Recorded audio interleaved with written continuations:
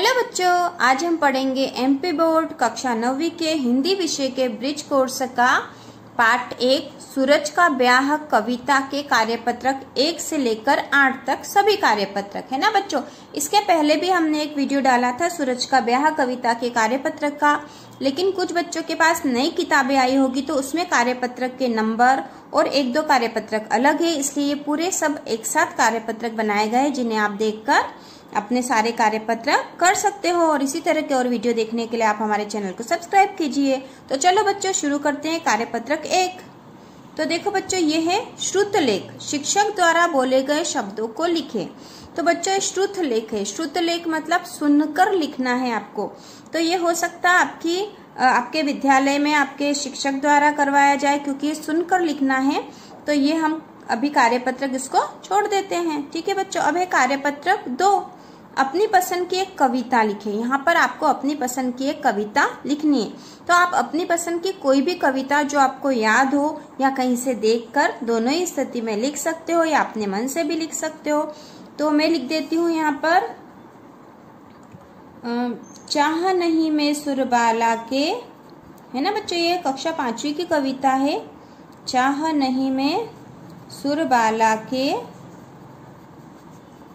गहनों में गूथा जाऊं, गहनों में गूथा जाऊं। चाह नहीं प्रेमी माला में, चाह नहीं प्रेमी माला में बिंद प्यारी को ललचाऊं। ठीक है बच्चों, बिंद प्यारी को ललचाऊं।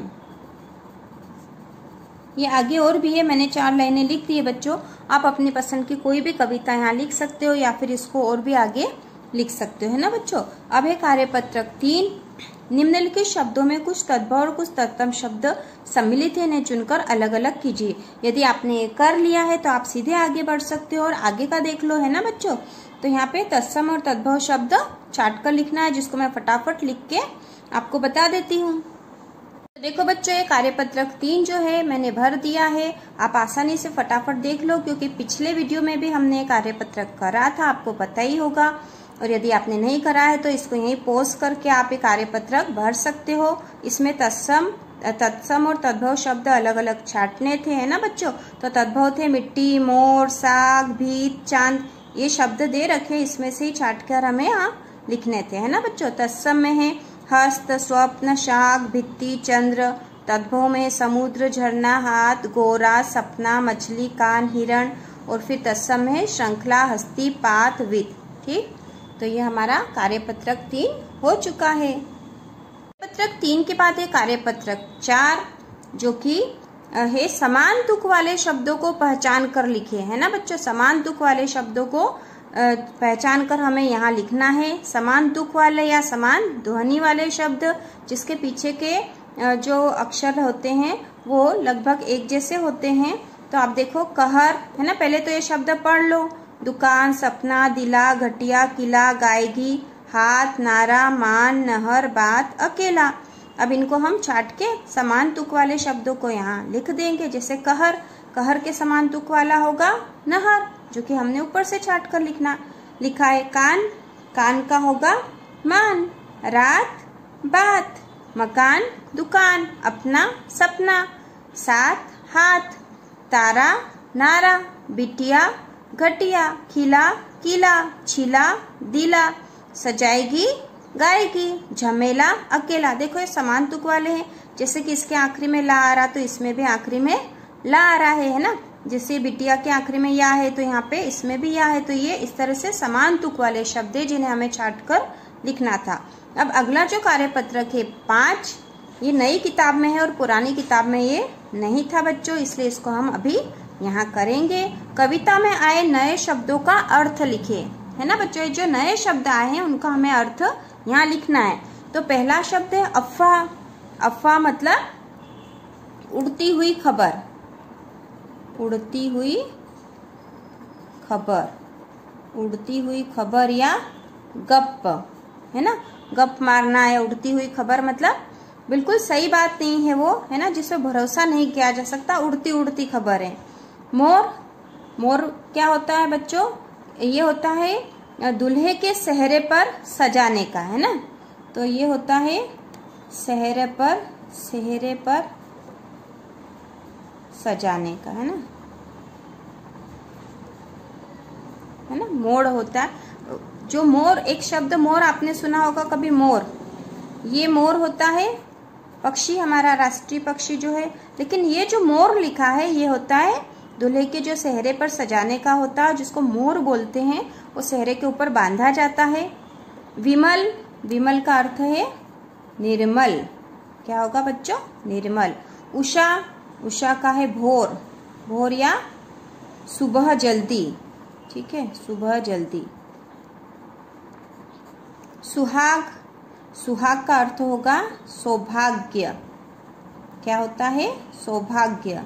विटप, विटप का होता है वृक्ष या पेड़, है ना, वृक्ष या पेड़।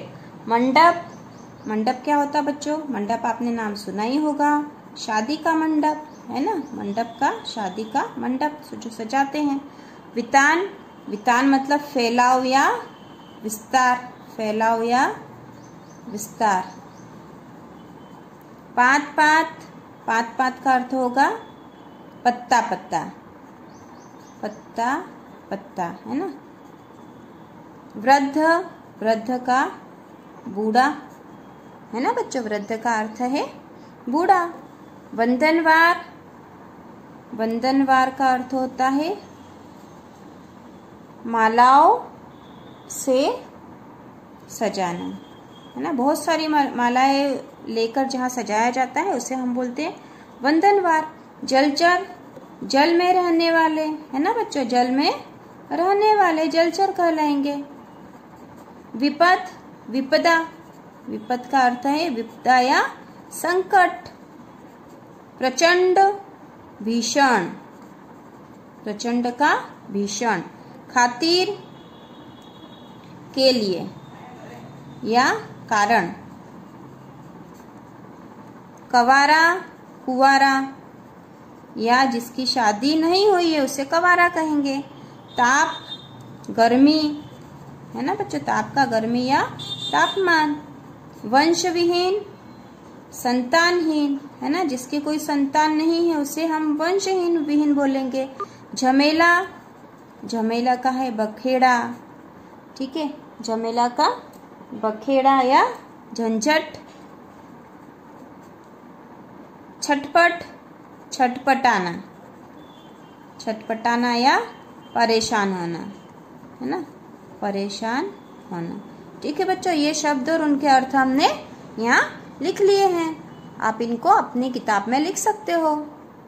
देखो बच्चों, ये अगला कार्यपत्रक 6 है, जिसको हमने पिछले वीडियो में करा भी था, लेकिन फिर से मैं फटाफट बता देती हूँ। यहाँ पे ये था कि काव्यांश को पढ़कर नीचे के दिए गए प्रश्नों के उत्तरों में से सही विकल्प चुने। तो इस काव्यांश को पढ़ना था और नीचे के प्रश्नों के उत्तर देने थे, है ना बच्चों। तो इसको हम फटाफट निपटा देंगे। हकीकत में किस्मत किसे कहते हैं, मेहनत को, है ना। ये काव्यांश में से पढ़कर ही हमें उत्तर देना, और इसमें ऐसा लिखा है, ठीक है।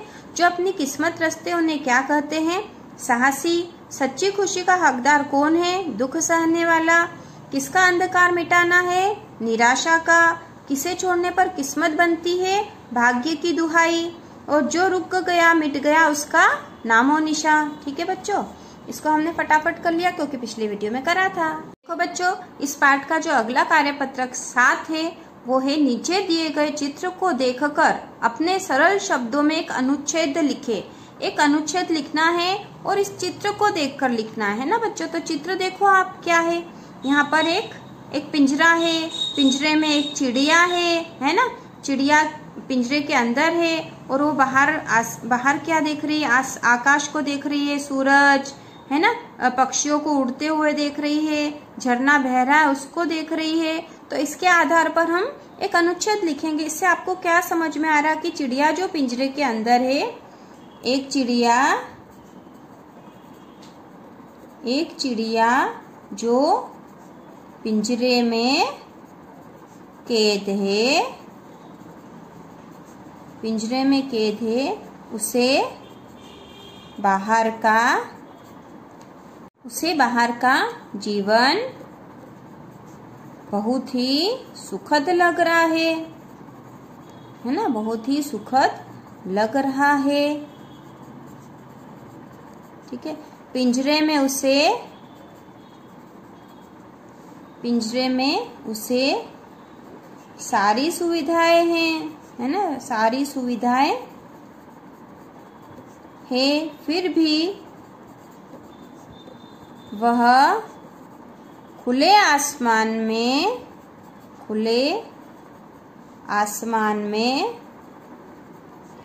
उड़ना चाहती है ना, खुले आसमान में उड़ना चाहती है और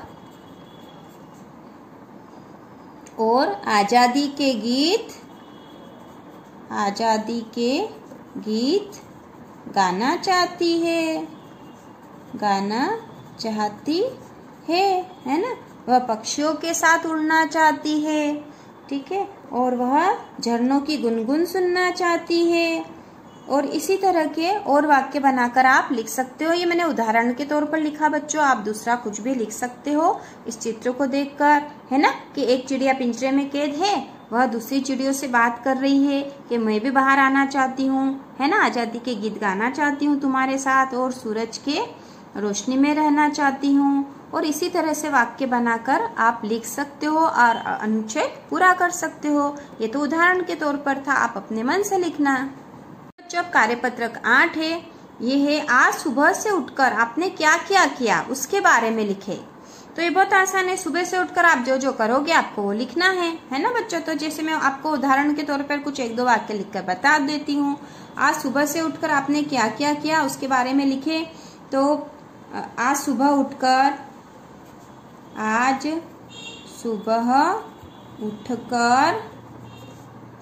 हमने ईश्वर को प्रणाम किया और घर के बड़ों को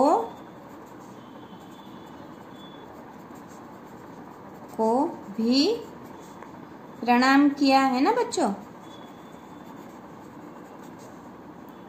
फिर सुबह हमने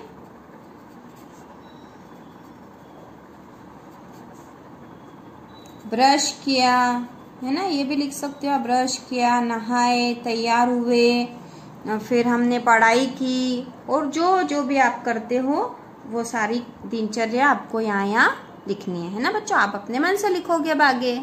इस तरह से ये जो पार्ट 1 सूरज का ब्याह है, इसके कार्यपत्रक 1 से 8 तक हमने पूरे कर लिए हैं, है ना बच्चों। पिछली बार जो वीडियो डाला था वो पुरानी बुक में से था, तो उसमें कार्यपत्रक कम थे, नई बुक में ज्यादा कार्यपत्रक है, तो हमने वो सारे करवा दिए हैं। और आपने यदि इंग्लिश और मैथ्स के भी आपको वीडियो देखना है तो आप जाकर प्लेलिस्ट में जाकर सारे वीडियो देख सकते हो।